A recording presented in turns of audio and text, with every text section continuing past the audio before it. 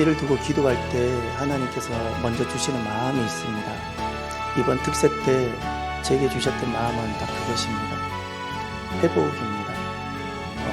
하나님께서 우리 안에 그 마음을 회복시키시고, 사명을 회복시키시고, 믿음을 회복시키시고, 건강을 회복시키시고, 은사를 회복시키실 사람이 있을 겁니다. 예전에는 이런 것을 천국 잔치라 불렀는데, 주님께서 우리를 부르실 때는 주고 싶으셔서 주실 것이 있기에 그래서 부르시는 겁니다. 주고 싶으셔서 부르는 겁니다. 우리 안에 이런 놀라운 회복의 역사가 있게 되어지기를 바랍니다. 그리고 함께 모이고 함께 예배하는 것이 중요합니다. 영상으로 참여하는 것으로 이렇게 만족하려 하지 마십시오. 영상으로 하지 마십시오. 나오셔야 됩니다. 나오셔야죠. 나오셔야 됩니다. 코로나가 우리로 하여금 여러 가지 많은 변화를 가져오겠지만 항상 하나님 말씀을 기준으로 삼으십시오.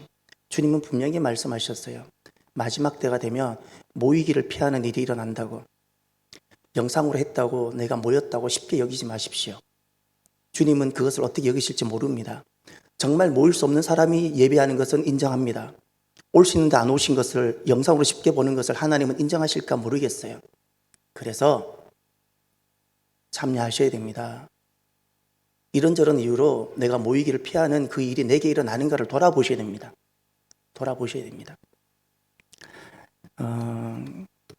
이번 그 특세 기간 동안 주제는 선교사적인 삶으로 살기입니다. 선교라는 주제, 선교라는 주제에 우리에 적용시켜서 선교사적인 삶이라는 것이 키워드인데 이것을 가지고 성경 전체를 보고자 합니다. 월요일부터 금요일까지 5번에 나누어서 성경이 도대체 무엇을 말씀하고 있는가, 거기에 대해서 우리가 하나님 말씀을 듣고자 합니다. 인생은 딱 2가지가 있습니다. 말씀 인생이 있는가 하면 말씀 인생, 또 하나는 소견 인생이 있습니다.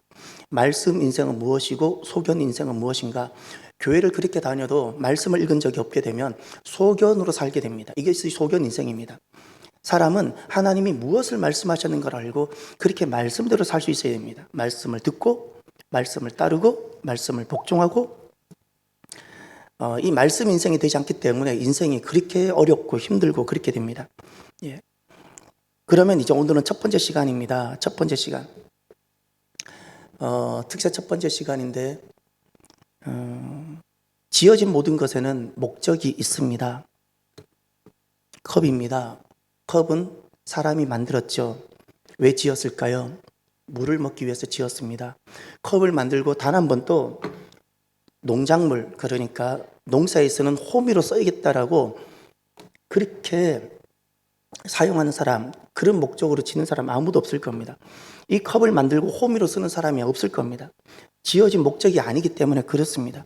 이제 생각해 보십시오. 미장원의 미용사가 음식을 너무너무 잘합니다. 좋은 일입니다. 근데 미용사가 음식을 잘하는 것은 부수적인 일입니다. 미용사가 음식을 잘하고 못하고는 중요치 않습니다. 미용사에게 있어서 가장 본질적인 목적은 무엇일까요? 머리를 잘하는 것입니다. 머리를 잘하는 것. 의사가 노래를 너무너무 잘합니다. 의사가 너무너무 노래를 잘합니다.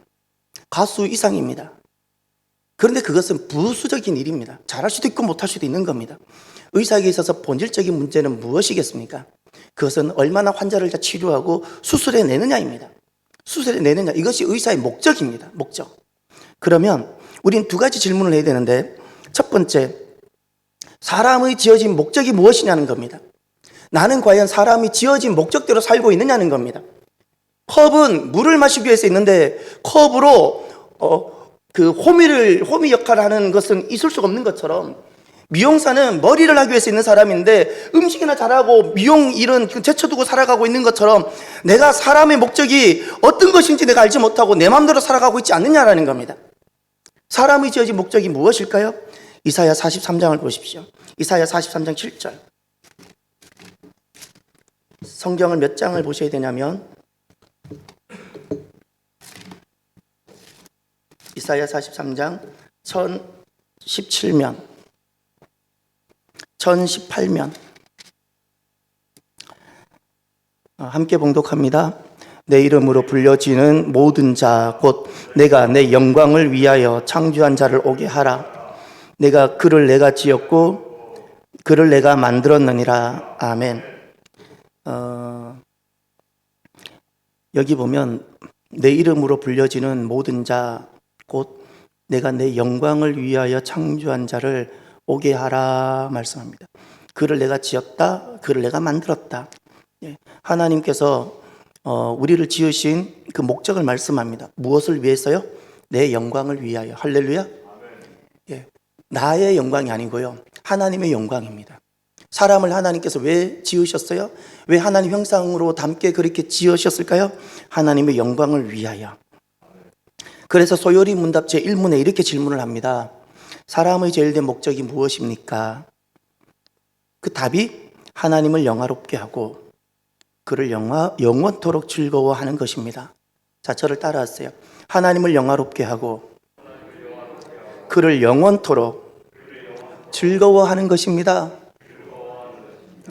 이것이 사람이 지어진 사람 창조의 목적입니다. 사람은 나의 영광을 위해서 살도록 지어진 존재가 아닙니다. 컵은 자기 영광을 위하여 살도록 지어진 존재가 아닌 것처럼 사람도 나의 영광, 내 이름의 영광을 위해서 살도록 지어진 존재가 아니라 하나님을 영화롭게 하고 그를 영원토록 즐거워하기 위해서 지어진 존재라는 것입니다.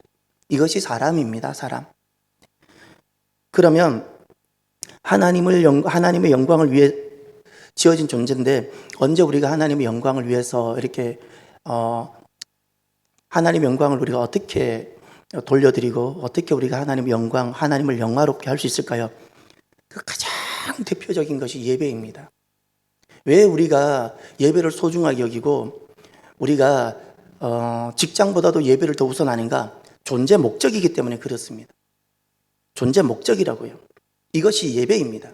예배. 그래서 주님 만나는 그날까지 우린 이 땅에서 예배하며 하나님을 높이며, 세상에선 다 세상 노래 부르고 자기 슬픔 이야기하는데 우리는 주님을 노래하고 주님을 이야기를 하는 겁니다.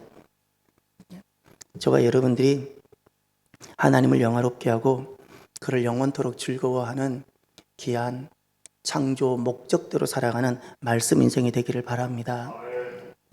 그러면 두 번째 질문을 해야 됩니다. 그것이 이제 오늘 이번 주제와 관련됩니다. 아주 중요한 질문인데 먼저 여러분이 마음으로 대답해 보십시오.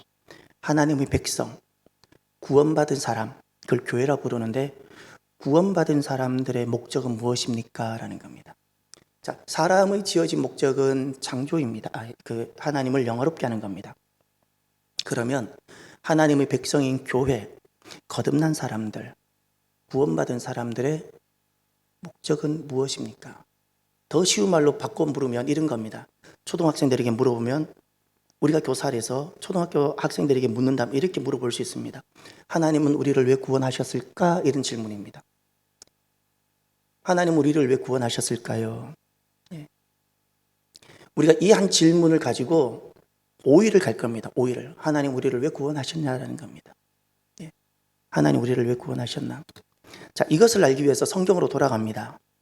자, 이제 구약은 어떻게 시작하고 신약은 어떻게, 구약이 어떻게 마무리가 되고 신약은 어떻게 시작하고 신약이 어떻게 마무리가 되는 걸 통해서 성경 전체 주제를 우리가 하나 뽑을 겁니다. 자, 이제 창세기 1장 1절로 가보십시오. 창세기 1장 1절로 가시면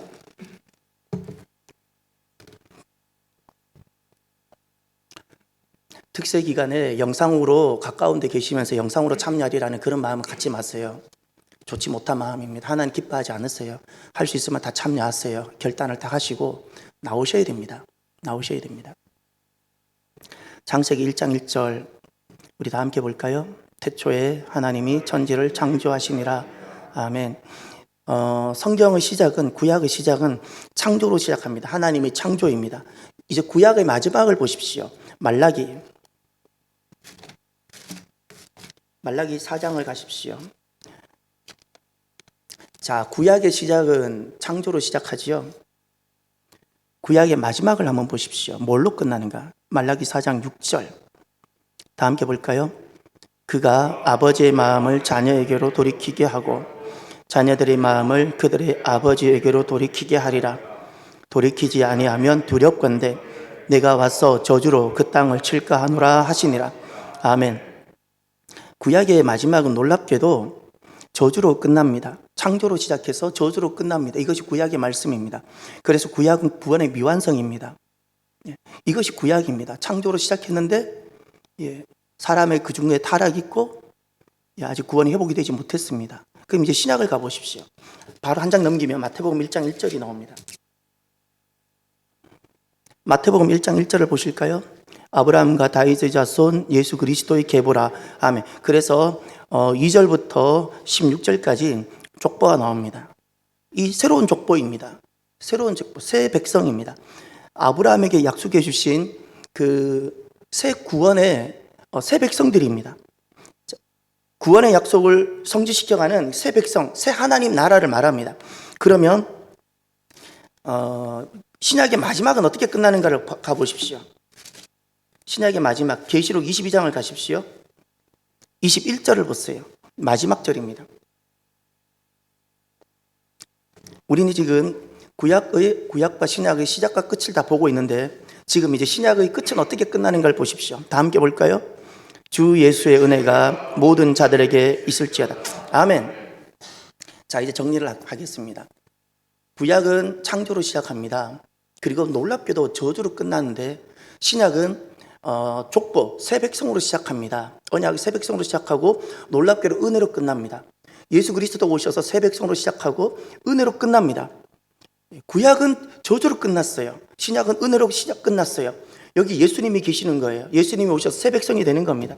그러면 이 성경의 총 주제를 이 네 말씀을 통해서 정리를 해봅시다. 무엇이라 말할 수 있을까요? 성경의 총 주제는 무엇일까요? 예수 그리스도를 통한 저주의 인생이 은혜 받는 구원 인생이 되는 겁니다. 할렐루야. 예수 그리스도를 통한 구원입니다. 이것이 성경의 주제입니다. 주제. 예수님이 아니면 우리는 저주의 인생밖에 될 수 없는 겁니다. 근데 예수님을 통해서 새 백성이 되어지고 은혜를 입고 구원 안에 참여하게 되어지는 겁니다. 그런데 이 예수님 안에 있는 이 구원을 이루어가는 역사를 무엇이라 부르는 거니? 예수님 안에 있는 구원. 그래서 하나님은 온 역사를 이 구원으로 이끌어 가시는데, 그래서 우리 한 사람 한 사람을 구원을 두고 배치하시는 거예요. 그래서 참사랑 교회도 배치하시고 여러분들도 배치하시는 거예요. 하나님이 손안에 우리들이 있었던 거예요. 이렇게 이 구원의 역사를 이루어가는 것을 선교라 부릅니다. 선교. 하나님은 그것이 구원이고 우리는 그 구원을, 하나님이 구원을 이루어가는 그것을, 우리에게는 그것이 선교가 되는 것입니다. 선교. 그래서 성경은 구원의 책이자 우리 관점에서 보면 성경은 선교의 책입니다. 하나님의 역사는 구원의 역사이자 동시에 선교의 역사입니다. 그래서 구약은 선교하는 하나님이시고 신약은 선교하는 그리스도입니다. 교회는, 사도행전과 서신서에 나타나는 교회는 무엇인가? 선교하는 교회입니다. 마지막 계시록은 무엇인가? 선교의 완성입니다. 주님이 오시고. 그러니 성경은 전체가 주제가 구원이자 그 주제의 구원을 우리 관점에서 딱 보면 선교가 되는데 선교입니다. 선교입니다. 왜 선교해야 될까요? 창조와 구원 이 사이에 한 가지가 있습니다. 이것 때문에 선교라는 것이 있게 됩니다. 창조와 구원 사이에 무엇이 있습니까? 사람의 타락이 있습니다. 저와 여러분들의 타락이 있는 겁니다. 왜 하나님 우리를 구원하시고 왜 오늘날 거듭난 사람들은 선교를 다루는가? 왜 다루는가? 존재의 본질을 알아야 되는데 성경에서 말하는 인간 존재의 본질, 인간 역사에 무엇이 있는 거 아니? 하나님이 지으셨는데 우리는 하나님을 떠났다는 겁니다. 이걸 타락이라 부릅니다. 타락. 지금도 그래서 하나님 없이 살아가잖아요. 하나님 없이 살아가잖아요. 누가 악인일까요? 악인은 하나님 없이 내 생각과 내 지식과 내 경험으로 살려고 하는 사람을 하나님은 성경에서 악인이라 부릅니다. 다시 말해 소견 인생이 하나님께는 다 악인입니다. 그렇게 잘났는데, 그렇게 나름 공부했는데 말씀이 자기에게 경영이 되지 않습니다. 하나님 보실 때는 칼을 든 사람이 악인이 아닙니다. 하나님께는 누가 악인인가? 소견 인생으로 살아가는 인생이 평생을 교회 문지방을 밟고 다녔는데 평생을 소견 인생으로 살아갑니다. 하나님 보실 때는 악인일 뿐입니다. 악인. 요 타락이 있기 때문에 선교를 합니다. 그런데 이 선교에는 특징이 하나 있습니다. 이제 창세기 3장 18절을 보십시오. 창세기 3장 18절을 보면 성경에서 말하는 하나님의 모습이 나옵니다. 사람은 타락했습니다. 타락하고 나면 심판이 있습니다. 그런데 이제 심판만 있고 징벌만 있는데 3장 18절을 보십시오. 타락한 다음 어떤 일이 일어나는가?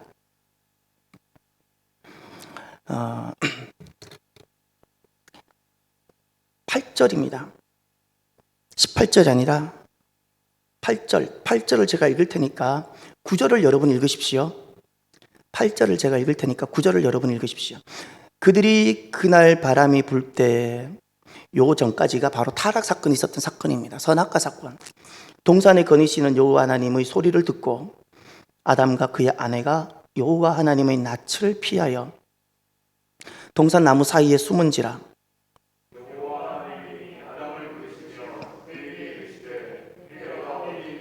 아멘. 예, 여호와 하나님이 아담을 부르셨다 그랬죠. 이것이 선교의 특징입니다. 하나님, 구약의 하나님은 선교하신 하나님, 그리스도는 선교사로 오신 하나님, 교회는 선교하는 교회, 그리스도께서 재림하셔서 오시면 선교의 완성이 이루어지는데, 여기에서 너무 중요한 하나님이 행하시는 선교의 특징이 하나 있는데, 그것은 살려주세요라고 타락한 사람이 먼저 손을 내미는 것이 아니라 누가 먼저 오셨어요? 하나님. 할렐루야. 하나님께서 아담을 먼저 찾아오셨어요. 타락한 이도 아담이고, 그런데 그 타락한 이에게 찾아오시는 분이 하나님이셨어요. 아담이 먼저 살려달라고 하지 않았어요. 아담이 먼저 손을 내민 것도 아닌데 하나님이 먼저 찾아오셨어요. 먼저 찾아오시는 하나님, 이것이 선교의 가장 중요한 특징입니다. 먼저 찾아오세요. 그래서 내가 먼저 찾아가고, 내가 먼저 전화하고, 내가 먼저 마음을 나누고, 이것이 선교사적인 삶을 살아가는 중요한 모습입니다. 중요한 모습. 오늘도 저와 여러분들이 참 간밤에 감사일기를 쓰셨나요? 저는 쓰다가 자버렸어요. 아직 어제 감사일기를 완성을 다 못했어요. 어제 감사일기를 쓰신 분들을 축복합니다. 오늘 감사할 거리가 넘치게 될 줄 믿습니다. 오늘 저와 여러분들이 또 감사일기에 도전해 보시기를 바랍니다. 오늘 그 마음을 한번 나눠보세요. 하나님 찾아오신 하나님이었죠. 예, 마음을 나눠보세요. 문자로, 전화로, 만남으로 마음을 나눠보세요. 이것이 놀랍게도 내가 하나님의 모습을 닮은 모습이란 사실입니다. 마음을. 그러면 우리가 성경이 무엇을 말하는지, 성경은 선교를 말하고 있고 왜 우리가 선교해야 되는지, 예, 그것도 우리가 살펴봤어요. 그러면 끝으로 하나님께서 오늘 본문에 아브라함을 부르십니다. 이것이 오늘 제가 두 번째 드렸던 질문하고 관련이 됩니다. 거듭난 백성들의 목적입니다. 거듭난 백성들의 목적. 하나님은 아브라함을 왜 부르셨는가? 이제 창세기 12장으로 돌아가 보십시오. 창세기 12장 가셔서 하나님의 부르신 목적을 2절과 3절을 제가 다시 읽을 테니까 1절은 부르심입니다. 2절과 3절에 부르신 하나님의 목적이 여기 나와 있는데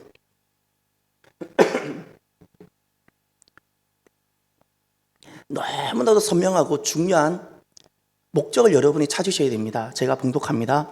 내가 너로 큰 민족을 이루고 내게 복을 주어 내 이름을 창대하게 하리니 너는 복이 될지라.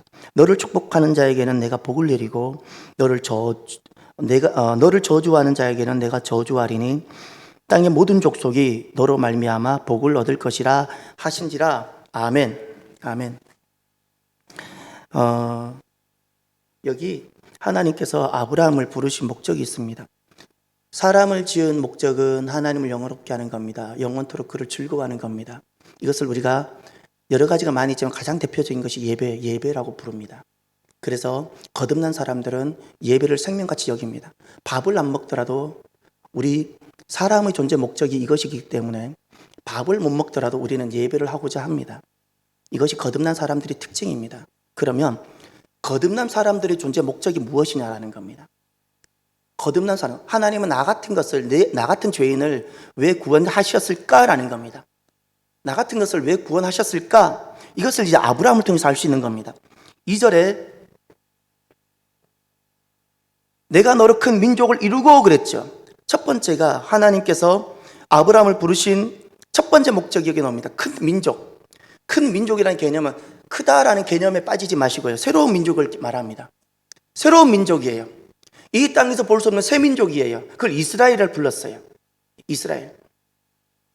큰 민족이라는 것은 다른 민족보다 크기가 크다는 개념보다 새로운 민족입니다. 새로운 민족. 하나님 은혜로 거듭나서 은혜로 살아가는 새로운 사람입니다. 그런데 두 번째가 더 중요합니다. 이 새로운 민족 외에 정체성 얘기 나오는데 이제 제가 말씀드리는 모든 것에다가 여러분 성경책에다 표시를 하십시오.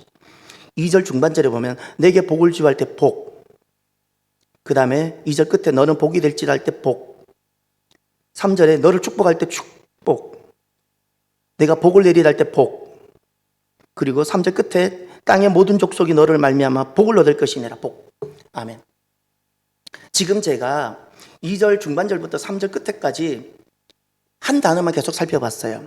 다 베라크라는, 히브리어로 베라크라는 같은 명사거나 그 명사에서 나온 동사입니다. 같은 단어입니다. 그 바락이라는 단어도 다 여기서 나온 겁니다. 베라크에서 다 나온 단어들입니다. 그런데 하나님께서 아브라함을 부르신 두 번째 목적이 무엇일까요? 하나는 새로운 민족입니다. 믿음으로 살아가는, 하나님 은혜를 받고 믿음으로 살아가는 새 백성 만드는 것이고, 또 하나는 무엇인가요? 이 새 백성은 하나님을 예배하고 하나님 말씀에 경청하는 사람들입니다. 이렇게 새롭게 만들기 위해서 아브라함을 부르셨고, 또 하나는 무엇일까요? 복이 되기 위해서. 할렐루야. 복입니다. 저와 여러분들을 하나님께서 은혜로 우리를 거듭나게 하신 것은 그저 나 하나 잘 먹고 잘 살고 내가 새 백성 되는 이걸로 끝나는 것이 아니라 내가 또 누군가에게 무엇이요? 복이 되게 하기 위해서. 나에게도 복이 되지만 복이 되게 하기 위해서, 복이 되게 하기 위해서 주님께서 우리를 부르셨습니다. 그래서 우리는 주목해야 될 말씀이 있습니다. 12장 3절 보세요. 3절 하반절. 제가 3절 정반절을 읽을 테니까 하반절을 읽어주십시오. 너를 축복하는 자에게는 내가 복을 내리고 내가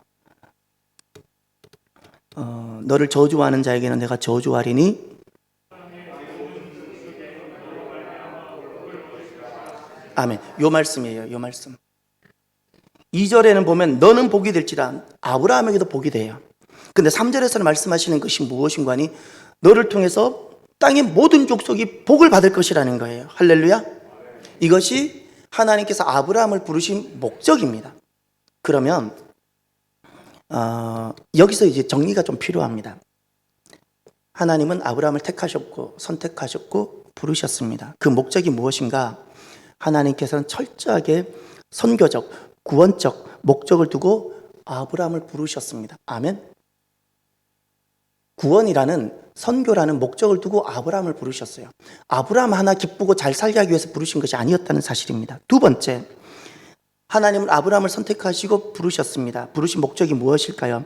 놀라운 사실이 아브라함을 부르신 그 부르심 자체의 목적이 있었던 것이 아니었습니다. 그 자체에 있지 않았어요. 세 번째, 아브라함을 선택하고 부르신 목적이 무엇인가 하니 더 큰 목적이 있었어요.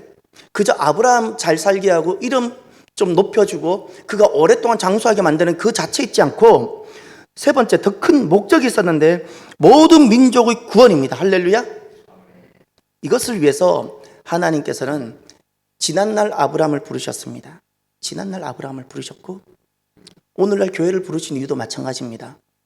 오늘 우리 한 사람 한 사람을 부르신 것은 나 하나 이 땅에서 밥 먹고 살아가고 그저 그냥 내 자녀 좀 키우다가 그냥 뭐 남들만큼 이렇게 살다가 좀 살라고, 편안하게 좀 살라고 부르신 것이 아니라 나에게도 복이 되지만 더 큰 목적, 할렐루야, 더 큰 목적, 나로 인하여 내 곁에 있는 많은 사람들이 구원에 이르도록 그렇게 선교사적인 삶을 살게 하기 위해서 나를 부르셨습니다. 할렐루야.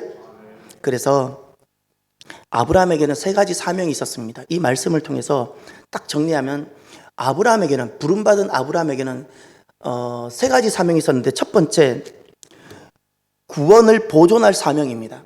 이 구원이라는 것은 특별 계시예요. 일반 계시가 있습니다. 온 자연에 임하는 하나님 은총입니다. 이거는 믿는 자는 믿지 않는 자가 모두 받습니다. 그러나 구원만큼은 특별 계시입니다. 이것은 믿음이 아니면 참여가 안 됩니다. 그런데 이 아브라함은 무슨 사명이 있는 거니? 온 세상은 다 일반 계시로만 살아가는데 반드시 구원은 특별 계시가 임해야 되는데, 아브라함은 이 특별 계시를 받은 사람으로 이 구원을 보존할 사명이 있는 겁니다. 세상은 특별 계시를 인정하지 않으려고 합니다. 자연 법칙으로 살아가려고 합니다. 근데 아브라함만큼은 아무리 세상에 자연 법칙과 과학의 원리로만, 이성의 원리로만 살아가려고 하는 이 세상에 아브라함은 어떻게 살아야 되는가? 이 구원의 원리, 이 특별 계시를, 이 구원을 보존할 사명을 가지고 살아야 되는 겁니다. 이것을 다른 말로 바꾸면 무엇이라 부르는가? 씨라 부릅니다. 씨. 모든 식물에 보면 씨가 있죠. 씨를 뿌려야 또 싹이 나잖아요. 이 구원을 보존할 사명을 씨라 부르는 겁니다. 하나님 백성들에게는 씨가 있어야 되고, 그 씨가 있어야 또 다른 사람에게 생명을 전해주는 겁니다. 어머니에게 믿음의 씨가 있어야, 생명의 씨가 있어야 자녀에게 그 생명이 전해지는 겁니다. 아브라함 어떤 사람인가? 이 생명의 씨인 구원을 보존할 사명입니다. 두 번째, 아브라함에게는 어떤 사명이 있었는가? 오실 예수님을 준비시키는 사명입니다. 주님이 오셔야 되는 겁니다.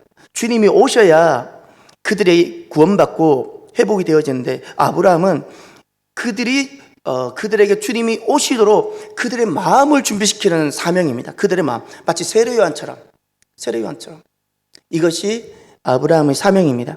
그래서 아브라함이 가는 곳마다 복을 받는 이유가 아브라함을 통해서 그들의 마음이 준비되어지고 그들이 하나님을 만날 준비가 되어지고. 세 번째, 아브라함은 어떤 사명이 있었는가? 증인이 되어야 할 사명입니다. 증인. 그가 만난 하나님에 대한 증인, 그리고 구원을 간직하고 있으니까 이 구원에 대한 증인, 오늘 우리로 말하면 예수의 증인이 되어야 될 사명입니다. 이 사명, 아브라함은 씨가 되어야 될 사명이 있고, 세례 요한처럼 준비시켜야 되는 사명이 있고, 그리고 증인으로서 살아가야 될 선교사적인 그런 사명이 그에게 있었던 겁니다. 사랑하는 성도 여러분, 오늘은 특세 첫 번째 날이죠. 첫 번째 날 나오신 귀한 분들을 축복합니다. 왜 하나님께서 우리를 하나님 백성으로 은혜 가운데 부르셨을까요? 나 하나 구원만을 위해서가 아니라 나를 통해서 더 큰 구원을 이루기 위해서입니다. 할렐루야. 꼭 기억하십시오. 나를 구원하신 이유는 나의 구원에 그치지 않고 나를 통해서 더 큰 구원, 할렐루야. 여기에 내 자녀도 포함되어지고 내 친척과 내 이웃과, 하나님께서 내게 맡겨주신 모든 영혼이 여기 포함되어집니다. 우리는 이 더 큰 구원을 위해서 오늘 부름받고 교회를 이루며 살아가는 사람들입니다. 이 더 큰 구원을 이루기 위해서, 그래서 우리가 딱 한 가지 마음을 가져야 됩니다. 그것이 선교사적인 사람입니다. 선교사적인 삶. 가정에서든 직장에서든 우리는 내가 구원받은 것으로 만족할 수 없는 사람이기 때문에, 내가 구원받은 것으로 만족한다면 우리는 거듭난 사람의 존재 목적대로 살아가지 못하는 건데, 그래서 우리는 더 큰 구원을 위해서 살아가는 사람들인데, 더 큰 구원을 위해서 살아가기 위해서 가정에서든 내가 직장에서든 우리는 선교사적인 사명을 가지고 선교사적인 삶을 내가 살아가는 겁니다. 선교사적인 삶. 이번 한 주간을 통해서 우리 안에 선교사적인 소명이 회복되어지고, 이 삶을 통해서 내 주변에 있는 많은 사람들이 주님을 만나는 귀한 역사가 있기를 바랍니다. 기도합시다.